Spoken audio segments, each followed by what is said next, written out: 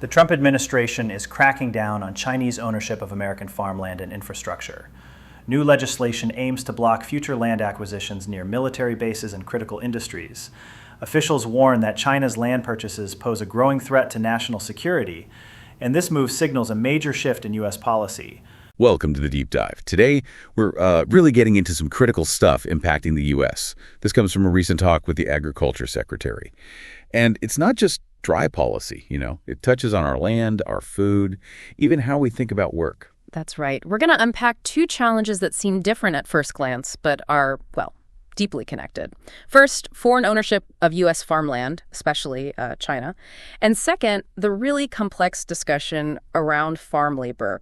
Our goal here is basically to pull out the key takeaways for you, give you a shortcut to understanding what's really going on. Exactly. So what does it all mean for you? Let's explore some of the surprising details and maybe the bigger picture here. Okay, let's kick things off with a number that honestly might surprise you.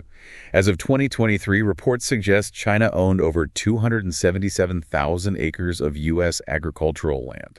That sounds like a lot. It's a significant figure, yeah. And what's really interesting, or maybe telling, is the goal officials are openly talking about now. It's not just about stopping future purchases by China or other adversaries. They're actually talking about potentially trying to, quote, claw some of that back. Claw some of that back? Yeah. Wow, okay.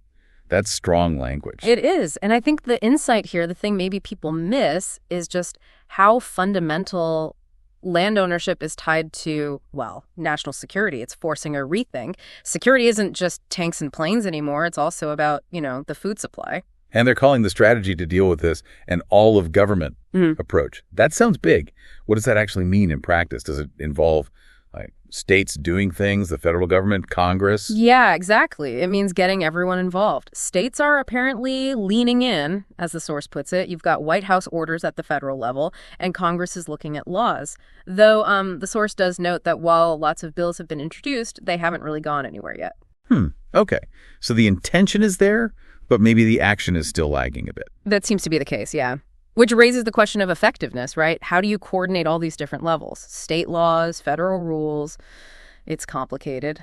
And why is this seen as so vital? What's the core reason driving this push? The officials in this conversation frame it very starkly. They say it's a 100% national security issue. They're explicitly drawing a line. Food security is national security. Full stop. Okay, that makes sense. And there was a specific example mentioned, right? Something about Smithfield Foods. Yes, exactly. The report mentioned China owning Smithfield Foods land, and crucially, that some of this land is near U.S. military bases. That detail really brings the national security angle home, doesn't it? It makes it feel much more tangible, less abstract. Yeah, absolutely. It moves it from a general concern to a specific potential risk. Okay. So that covers the land ownership piece. But then the conversation pivots, interestingly, to who actually works the land. Right. And this is where it gets into another really charged topic, farm labor, specifically undocumented workers. The interview brings up President Trump's stance on this. Okay. What did the source say about that? It's often portrayed one way, but what were the nuances here? Well, it highlighted a kind of complex position. He's quoted saying, "There is no amnesty. What we're doing is getting rid of criminals." Pretty clear line there. But then he also mentioned a potential work program. And significantly, he suggested something like, if a farmer is willing to vouch for these people, that will be good. So acknowledging the farmer's needs, perhaps. Seems like it. He even acknowledged, according to the source, that this position might upset some people. The radical right people was the phrase used. Interesting.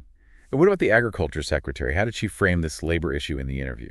She echoed the no amnesty line very clearly, and she emphasized the focus on getting rid of criminals, specifically mentioning people from inner cities, LA, New York. But she also talked about a future vision, moving towards more automation on farms and developing an American-based labor supply. Right, the automation point comes up a lot.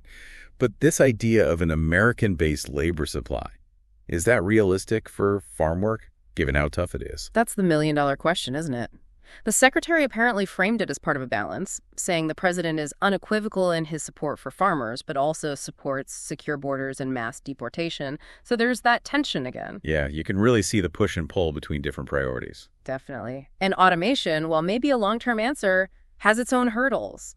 Cost, implementing the tech, What happens to the current workforce? And the secretary brought up another point, something pretty provocative about the existing U.S. workforce. Ah, yes, that was quite a statement.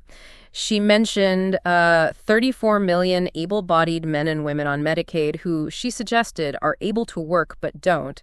And she posed the question, why aren't these individuals filling jobs? She talked about the dignity of work and moving people off the government.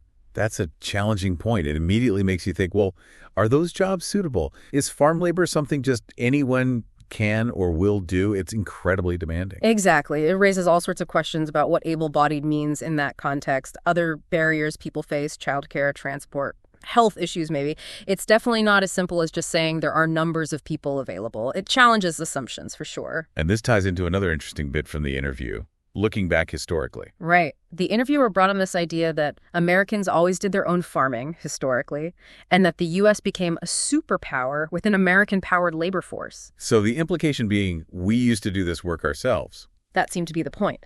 And it led to questioning the need for what they called carve-outs, special rules or visa programs for specific industries like farming or hospitality or even tech that might let them bypass general immigration rules. Ah, okay.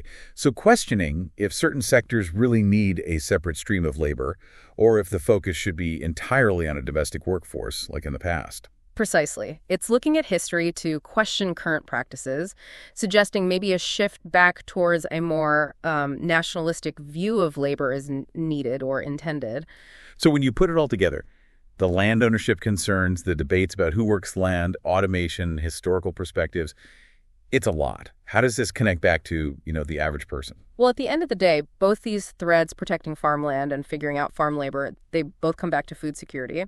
And also national sovereignty. Who controls our food supply from the soil up? Yeah, it really underscores how complex our food system is and how many different pressures are on it. Legislative fixes, White House orders, technology, workforce debates. It absolutely does. And it shows the real tension between, say, global economic forces and the desire to protect national interests, especially for something as basic as food. Okay, so as we wrap up this deep dive, here's something to maybe chew on. We live in a world that's incredibly interconnected, right? Global investment flows everywhere. So thinking about food, what's the right balance? How do you aggressively protect your national assets, like farmland, ensure your farmers can actually stay in business, and uphold the dignity and practicality of the labor involved, especially when all three are so vital for the food that ends up on our tables? It's quite the balancing act. Thanks for watching Global Mind News. If you found this report helpful, make sure to like, share, and subscribe. We bring you the facts, insights, and updates that matter, straight from the source. See you in the next report.